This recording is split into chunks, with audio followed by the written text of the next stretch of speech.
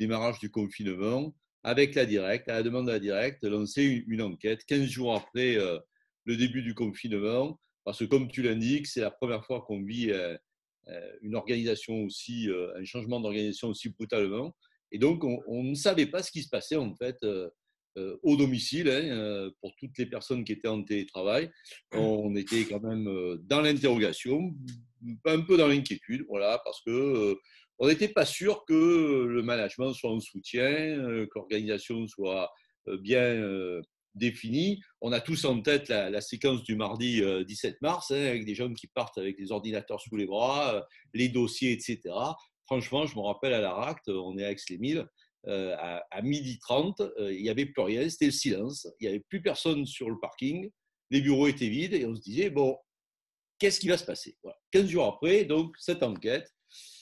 On a eu 1800 réponses rapidement en 15 jours. Début avril, le 9, on était en capacité de donner le premier résultat. Et si vous me permettez l'expression, on a été un peu rassuré parce que malgré les difficultés ici et là, le système tenait. Voilà. On n'était pas avec des indicateurs dégradés massivement. On avait un certain nombre de points de repère qui nous ont un peu rassurés malgré, bien sûr, vous le savez, des difficultés ici et là de personnes isolées, en difficulté de connexion, etc. Alors, quelques chiffres rapidement. 90% nous disent tout de suite être bien installés, avoir des outils adaptés à 76%, apprécier la conciliation des temps de vie 86%. Et tu le disais, Christian, cela fait au moins une grosse dizaine d'années qu'il y a cette aspiration grandissante pour une meilleure conciliation des temps de vie. Là, clairement, c'est un élément qui apparaît. Alors, dans les points un petit peu plus négatifs, quand même, il y a la question de l'augmentation du volume de travail. Les gens nous disent pour 50% de travailler plus. Et, et là, quand même, et là on le comprend, 27% nous disent tout de suite ne pas pouvoir réaliser toutes les tâches à domicile. Et ça, c'est facilement compréhensible à l'époque, effectivement, parce qu'il y a très peu de préparation. Donc, forcément, on a une perte en ligne. Je disais le système tient parce qu'en fait, le management, majoritairement, très majoritairement, a été évalué par nos répondants comme étant en soutien à 86% et le soutien de l'équipe aussi à 90%. Et en fait, ce sont vraiment les points ressources, si vous me permettez l'expression. Quand je dis le système a tenu, c'est qu'en fait, une forme de solidarité, de soutien managérial s'est exprimée, ce dont on pouvait peut-être un peu douter avant la période de confinement, parce qu'on savait ici et là pas mal de difficultés dans certaines organisations. Rapidement, tu l'indiquais, et je ne vais peut-être pas monopoliser la parole, mais on vient de lancer une deuxième étude depuis en gros plus de 2 semaines. On a les premiers résultats, donc je fais une extraction ce matin parce que je savais que j'allais avoir les questions pour voir un peu la tendance. On est à peu près dans les mêmes volumes. Hein. On est sur 700 réponses en ce moment.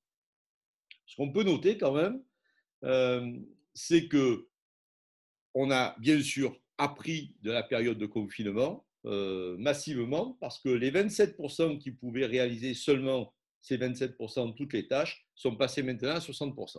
Donc on se rend compte qu'entre-temps, il y a eu un changement un peu d'organisation, un meilleur apprentissage, une meilleure définition sans doute des tâches. En termes de satisfaction, on est sur les mêmes niveaux de satisfaction. Voilà, donc sur la charge de travail, on passe de 50 à 54%, c'est bon, un peu d'augmentation, hein, mais bon, ce n'est pas très significatif. Voilà, grosso modo, on voit se dessiner quelque chose qui est plutôt massivement une attente très forte. Nous l'avions déjà dans la première enquête. On a exactement la même tendance renforcée. On est à 85% de satisfaction déclarée. On était à 71 au moment du confinement et on est à 89% de personnes qui souhaitent continuer en télétravail de manière durable. Donc là, les termes du débat, si vous me permettez, sont un peu posés. On verra avec les autres intervenants les questions d'organisation, d'aménagement peut-être spatial, etc. mais on est face à quelque chose, une attente très forte. Dernier point, peut-être, et ça c'est un peu la surprise, on pensait que massivement c'était à la demande des salariés, c'est très massivement à l'initiative des entreprises. 87% des personnes qui ont répondu nous disent c'est l'entreprise qui m'a proposé le télétravail. Voilà. Donc ça permet peut-être d'avoir quelques points de repère pour démarrer. Post-Covid, comme un certain professeur l'avait annoncé, il s'était un peu trompé, le virus avait dit miraculeusement disparu. Moi, je crois que ce qui caractérise quand même les organisations, c'est une profonde inertie. Alors, il y a des tendances longues. Voilà, il y a la question du coworking, des espaces partagés, etc. Il y avait effectivement en pointillé un engouement, des attentes très fortes sur le télétravail. Mais aujourd'hui, ça devient un sujet central. Pourquoi? Parce qu'on sait très bien qu'on est parti sur du moyen terme et qu'il va falloir faire tourner les organisations avec ce moyen terme et ce Covid dont on ne voit pas du tout euh, la, la, la, la fin de l'existence, etc. Et donc, les organisations sont bien obligées de se mettre en ordre de bataille, si vous me permettez l'expression, pour tenir le choc. On sait bien qu'il y a des enjeux économiques extrêmement forts. Mais il y a beaucoup d'inégalités parce qu'on parle d'organisation comme si c'était un enjeu des structures homogènes. Celles qui sont en production, avec du front office, ça va être un peu difficile de faire du télétravail. Alors j'entends qu'on a des débats sur postes et tâches et qu'on n'exclut personne, mais que donc on regarde les tâches qui éventuellement à l'intérieur d'un poste pourraient être télétravaillées. Mais globalement, quand on est soignant face à un patient, ça va pas être un peu difficile de le faire de chez soi ou dans un tiers-lieu.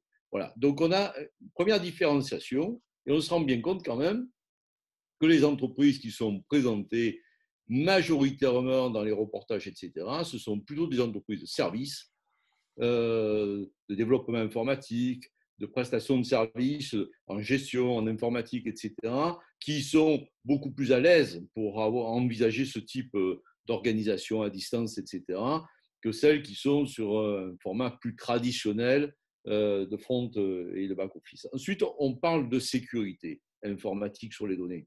Oui, mais encore faut-il qu'il y ait des flux, quoi. Parce qu'on a tous vécu et on continue à vivre des situations erratiques. Alors, j'entends bien l'entreprise, monsieur sur la cyberdéfense, mais quel que soit le fournisseur, y compris en zone métropolitaine, il y a des poches qui sont extrêmement résistantes d'un point de vue de la fluidité des données. Donc, envisager du télétravail avec ce genre de difficultés, si les tâches exigent une connexion, sécurisée, certes, mais encore faut-il qu'elle soit possible. Voilà. Et donc, du coup, on voit apparaître quand même des différences entre zones métropolitaines qui sont plutôt bien loties et certaines zones rurales qui sont peut-être un petit peu plus en difficulté d'un point de vue de connexion. Ce qui est en train de se passer, en fait, autour des organisations, c'est un travail de réflexion. Alors là, on sait que ce travail est indispensable, des enjeux de négociation. J'entends Isabelle nous dire que ce n'est pas une obligation parce qu'on est en période d'épidémie, etc., etc. N'empêche que de partout, on voit en ce moment des démarrages de négociations sur télétravail ou des renégociations sur télétravail parce que bon, les entreprises aussi cherchent à donner des garanties collectives aux salariés sur l'organisation, sur la manière de se doter en termes de matériel, sur les questions effectivement d'indemnité liées à cette pratique, etc. Donc il y a des enjeux extrêmement forts en ce moment pour réfléchir à comment peut-on s'organiser avec une recherche, et là encore, je rejoins Emmanuel, d'efficience de type court-termiste parce qu'on a une pression économique extrêmement forte et qu'il faut tenir. Donc il y a cette logique d'efficience, mais en regard, on a quand même des enjeux extrêmement forts de fragmentation des collectifs de travail, de l'isolement, de gens qui peuvent être en difficulté parce qu'ils font un choix qui paraît a priori extrêmement positif d'une meilleure conciliation des temps de vie, etc., mais peut-être aussi en contrepartie d'un temps de vie qui est fragmenté, qui est soumis à des soubresauts, si vous me permettez l'expression, et on a tous en tête certaines visios où on voit passer les animaux domestiques, les enfants, le conjoint, enfin bref, etc., etc. Donc, tout ça doit se stabiliser pour être effectivement efficient et on est très, très, très attentif et on insiste beaucoup sur la question de la prévention des risques, des enjeux de sécurité, des enjeux de préservation de la santé, des dimensions risques psychosociaux, c'est un mot qui n'a pas été prononcé, mais enfin, c'est inhérent à cette fonction en termes de télétravail. En tout cas, c'est un risque à prendre en considération. Et donc, pour résumer tout cela, j'aurais tendance à dire c'est une évolution de l'organisation du travail qui ne va pas toucher tous les salariés dans la même organisation. Donc, ça suppose de la négociation, des questions d'équité, une réflexion, une préparation. Et on est encore en apprentissage. Pas parce que on a Est-ce que dépassé. la RACT, dans son job, intervient en appui sur ces transformations, sur des Ah oui, branches, sur des… ah oui. C'est La son job. grande surprise, sincèrement, la grande surprise, alors on parle de télétravail, mais globalement, ça rentre dans les questions de qualité de vie au travail. La grande surprise, c'est qu'on s'attendait à ce que les projets qui allaient démarrer sur qualité de vie au travail ou qui étaient en cours, on s'attendait à ce qu'ils soient soit du retard au démarrage, soit de la suspension. En fait, tous les projets continuent tels quels, avec des aléas, évidemment, des personnes qui sont à distance et beaucoup de visio, avec des groupes de travail, des choses comme ça. Donc, on aménage nos modes d'intervention, mais on n'a pas d'arrêt. Alors ça, c'est franchement, je n'aurais pas parié là-dessus. On n'a pas d'arrêt. On a des entreprises qui ont démarré des projets post-confinement, alors qu'on pensait que la priorité, ce n'était pas ça, sur QVT, etc., avec des groupes de travail, etc. Donc, oui, il y a un mouvement qui s'amplifie autour de ces questions, dont le télétravail, qui est une composante d'un Une mouvement un petit peu plus composante. large. Voilà.